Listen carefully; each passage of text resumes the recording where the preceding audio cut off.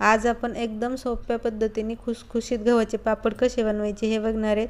आवडले तर लाईक करा, शेअर करा आणि सबस्क्राईब करायला विसरू नका।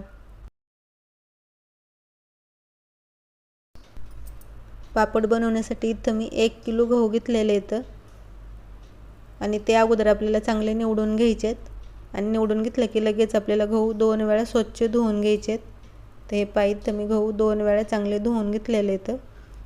तर लगेच आता त्याच्यामध्ये आपल्याला भरपूर पाणी घालायचं आहे आणि 3 दिवस आपल्याला गहू भिजत ठेवायचे आहेत। 3 दिवस भिजत ठेवलं की त्याच्यामधलं रोजचं रोज आपल्याला पाणी बदलायचं आहे, म्हणजे त्याचा आंबट वास सुटत नाही। हे पाहिजे मी ह्याच्यामध्ये भरपूर पाणी घातलेलं आहे आणि आता ह्याच्यावर झाकण ठेवायचं आणि 3 दिवस आपल्याला गहू भिजत ठेवायचे आहेत आणि चौथ्या दिवशी आपल्याला गहू मिक्सरला वाटून घ्यायचे आहेत। हे पाहिजे मी गहू भिजत ठेवलेले 4 दिवस झालं। पूर्ण 3 दिवस मी गहू भिजवून घेतलेले आणि चौथ्या दिवशी मी सकाळी 9-10 वाजताच गहू वाटून घेतले मिक्सरला। चौथ्या दिवशी लवकरच वाटून घ्यायचे, म्हणजे आपण लगेच दुसऱ्या दिवशी त्याचे पापड बनवू शकतो। 3 दिवसातच गहू मस्त भिजले जातात। तर लगेच आता आपल्याला सगळे गहू एखाद्या चाळणीवर काढून घ्यायचे आणि वरून पाणी टाकायचं, म्हणजे थोडाफार आंबट वास असतो त्याला, तो सगळा निघून जातो।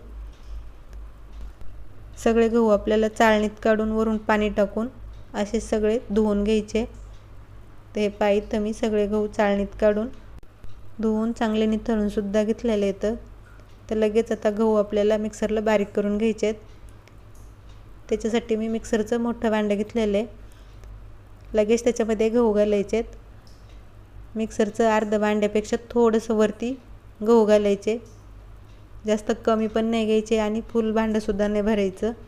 आणि लगेच त्याच्यात पाणी घालायचं, आपल्याला गहू बुडून थोडंसं वरती येईल इतपत पाणी घालायचं आणि मिक्सरला बारीक करून घ्यायचं आहे।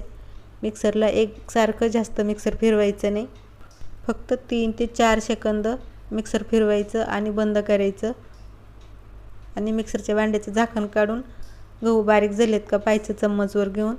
सगळे गहू बारीक झाले की लगेच आपल्याला हे काढून घ्यायचं आहे आणि जर ह्याच्यामध्ये गहू राहिले असले तर परत थोडंसं मिक्सरला फिरवून घ्यायचं। तर इथं ह्याच्यामधले आता चांगले गहू बारीक झालेले आहेत सगळे आणि ह्याच्यापेक्षा जास्त बारीक करायचं नाही तर मग पापड जास्त लाल होते।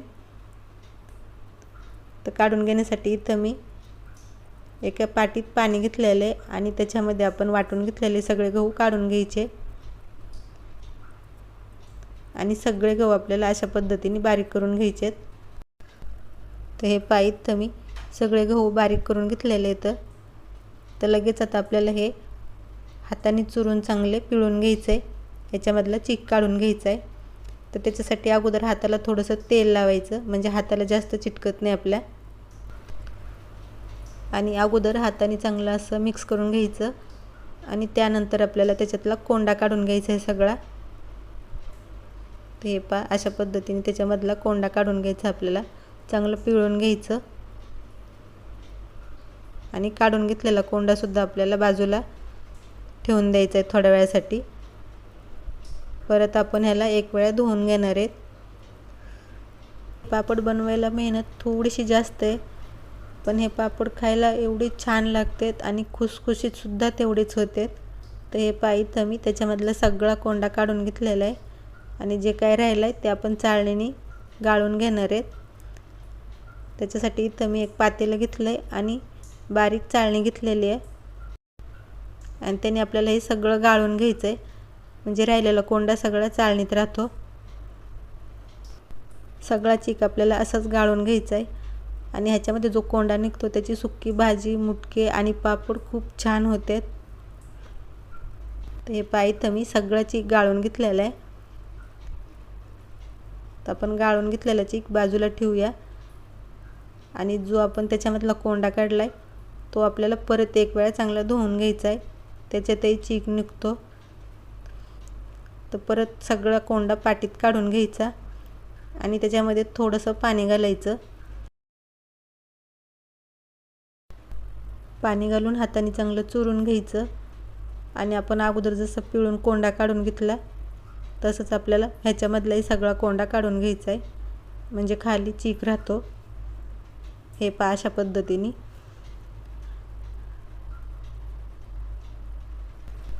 त्याच्यामध्ये निघलेला कोंडा तुम्ही सगळं वाळून ठेवू शकता, फेकून न देता वाळून ठेवायचं. त्याचे पापडही खूप छान होतात. नाही तर त्याची तुम्ही सुक्की भाजीसुद्धा बनवून खाऊ शकता. तर हे पहा इथं मी परतही त्याच्यामधला सगळा कोंडा पिळून घेतलेला आहे. तर परत आता आपल्याला हे चीक गाळून घ्यायचं आहे. त्याच्यामध्येच अगोदर आपण चीक गाळून घेतलेलं त्याच पातेल्यात सगळा चीक गाळून घ्यायचा. तर हे पहा इथं मी सगळा चीक गाळून घेतलेला आहे. अगोदर ज्या पातेल्यामध्ये गाळून घेतलेला त्याच्यामध्येच. दुसऱ्या वेळेस मी गाळून घेताना दाखवलं नाही, व्हिडिओ खूप मोठा होत होता त्यामुळे. आणि आता ह्याच्यावर झाकण ठेवायचं आपल्याला आणि बाजूला ठेवून द्यायचं आहे दुसऱ्या दिवशी सकाळपर्यंत. म्हणजे जे आपण त्याच्यामध्ये पाणी टाकलं आहे ते वरती येतं आणि चीक सगळा खाली राहतो. आणि हा सगळा त्याच्यामध्ये कोंडा निघलेला त्याची सुक्की भाजी कशी बनवतात ते सुद्धा मी तुमच्याबरोबर शेअर करणार आहे. आणि हे पहा मी दुसऱ्या दिवशी सकाळपर्यंत गाळून घेतलेलं चीक सगळं बाजूला ठेवलेलं. तर सगळं पाणी वरती आलं आणि चीक खाली राहिलं आहे बुडाला. तर आता आपल्याला ह्याच्यामधलं पाणी काढून घ्यायचं आहे. जास्त पातेलं हलवायचं नाही.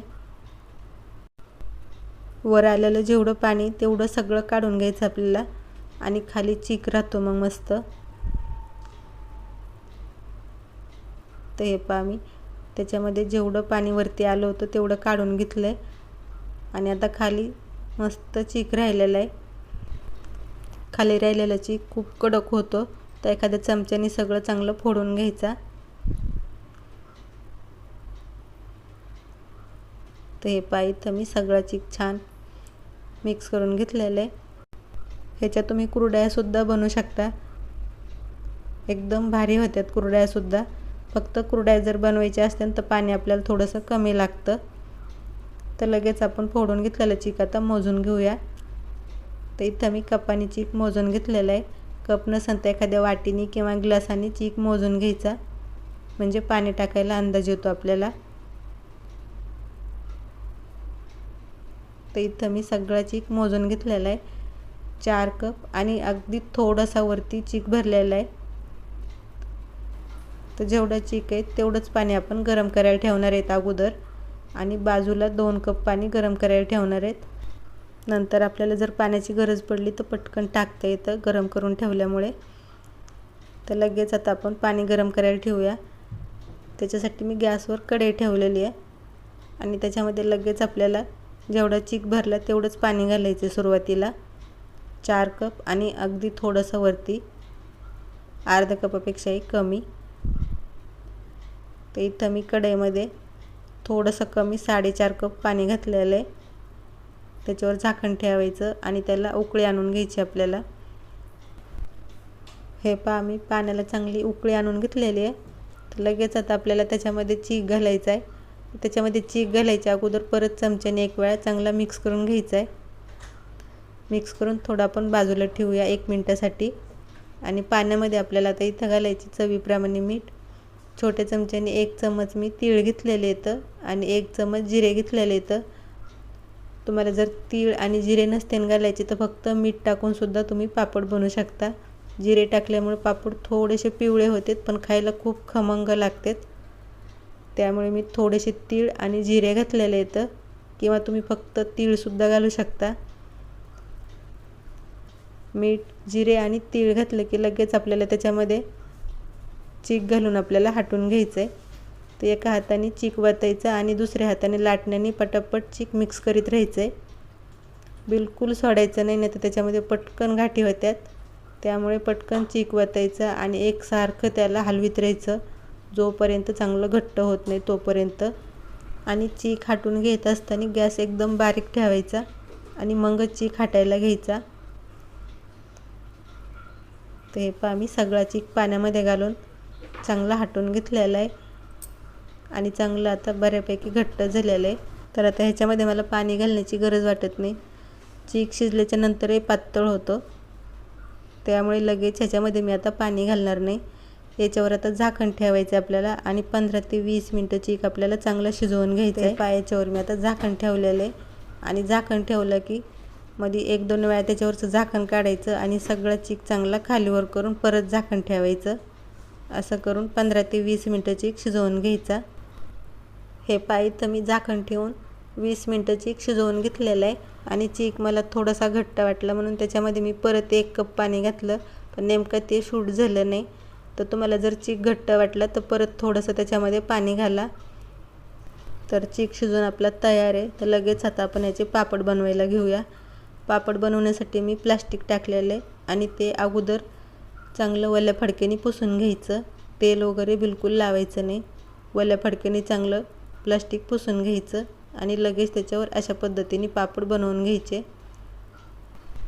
सगळे पापड बनवून घेतल्याच्यानंतर याला उन्हामध्ये 2 दिवस चांगलं वाळून घ्यायचं, म्हणजे भरपूर दिवस पापड टिकतात, खराब होत नाहीत. तर इथं आता सध्या सावलीचे पण थोड्या वेळातच ऊन येतं.